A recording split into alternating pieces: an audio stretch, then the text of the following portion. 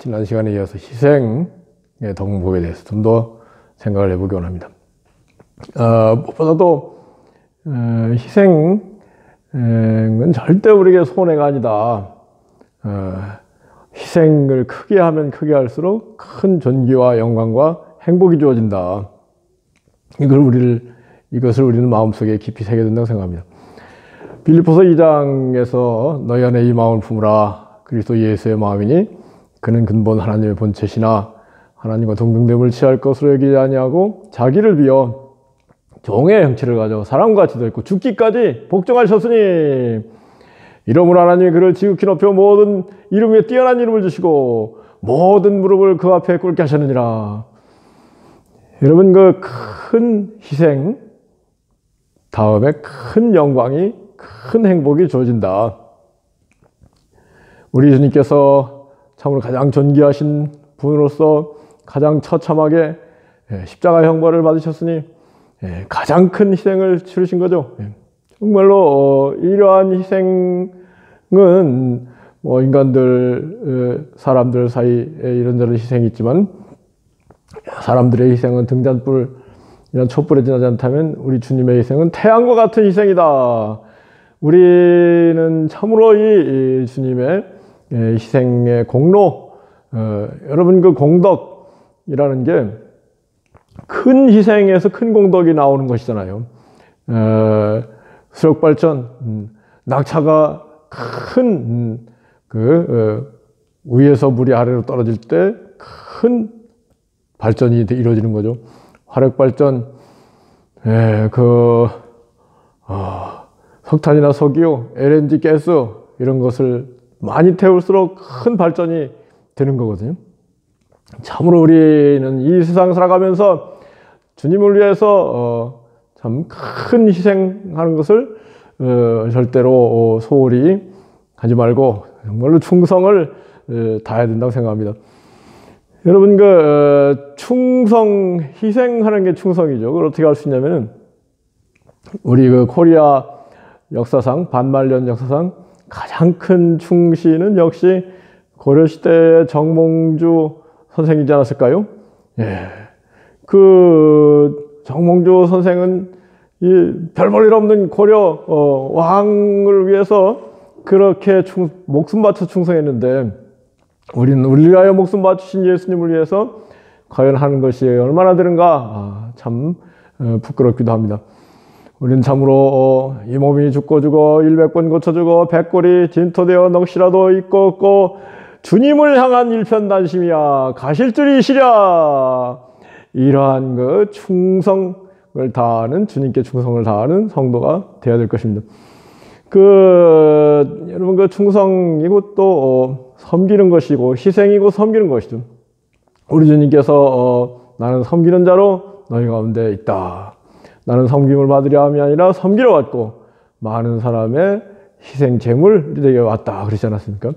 이 섬기는 것이 정말로 희생하는 것이고 섬기면 섬길수록 큰 영광과 존귀가 주어진다는 말씀이 어디 있어요?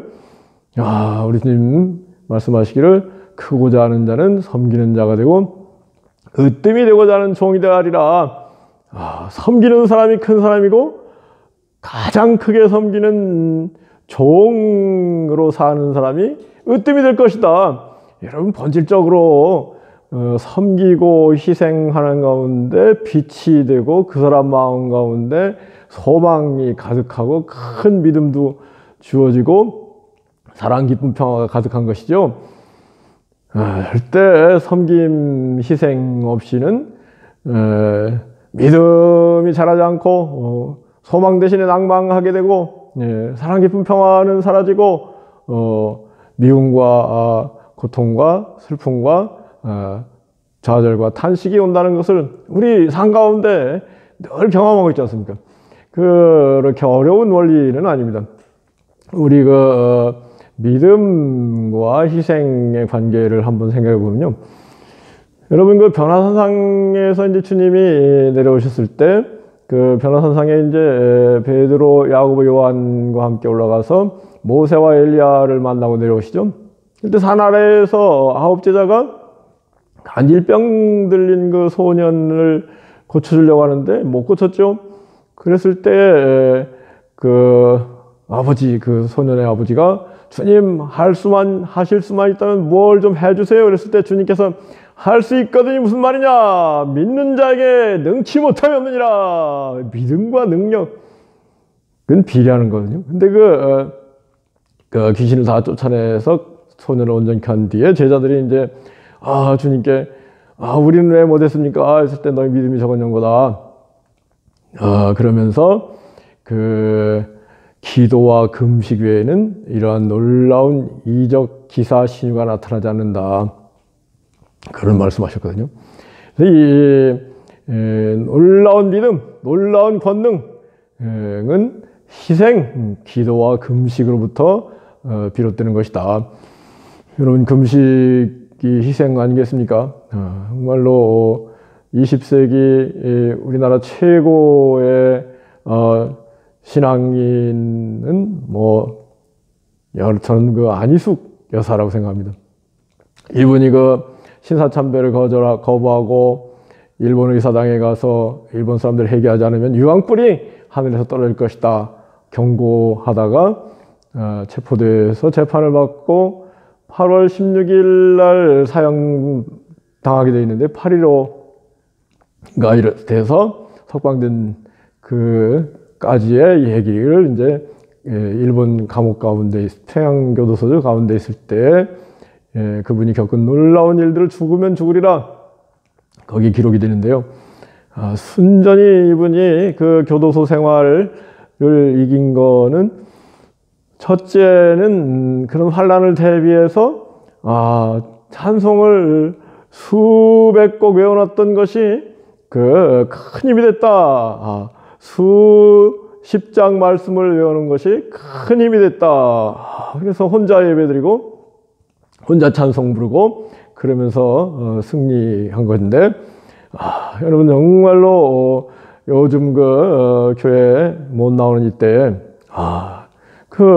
외워놓은 찬송 이렇게 찬송을 넘기면 속으로 혼자 외워서 부르는 게 얼마나 은혜가 되는지 말씀을 이렇게 또 대하면서 외우는 말씀이 얼마나 힘이 되는지 그러면서 또 새로운 말씀을 또 새로운 찬송을 또 외우고 근데 이 안희숙 여사의 죽으면 죽으리라의 큰 메시지 중에 하나가 이분이 이제 같은 감방에 들어온 이루 말할 수 없이 악독한 사람들을 큰 가마력을 통해서 회개시키고 복음을 믿도록 하는 얘기들이 많이 나오는데요.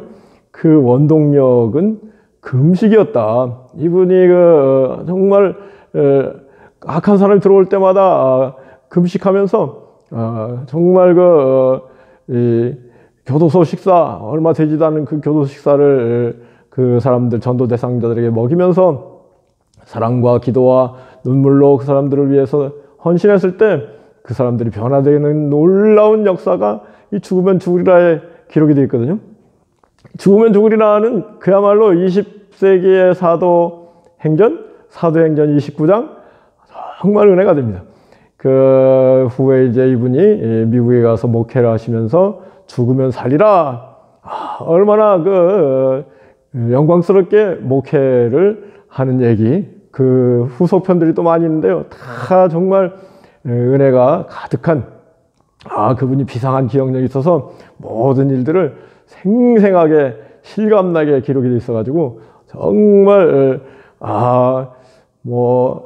3년에 한 번씩 5년에 한 번씩 읽어볼 때마다 참 은혜가 되는 그런 명저들을 이분이 책이 어마어마하게 나갔을 거예요. 일본어로도 번역된 걸로 알고 있고 영어는 당연히 번역됐고 그렇죠.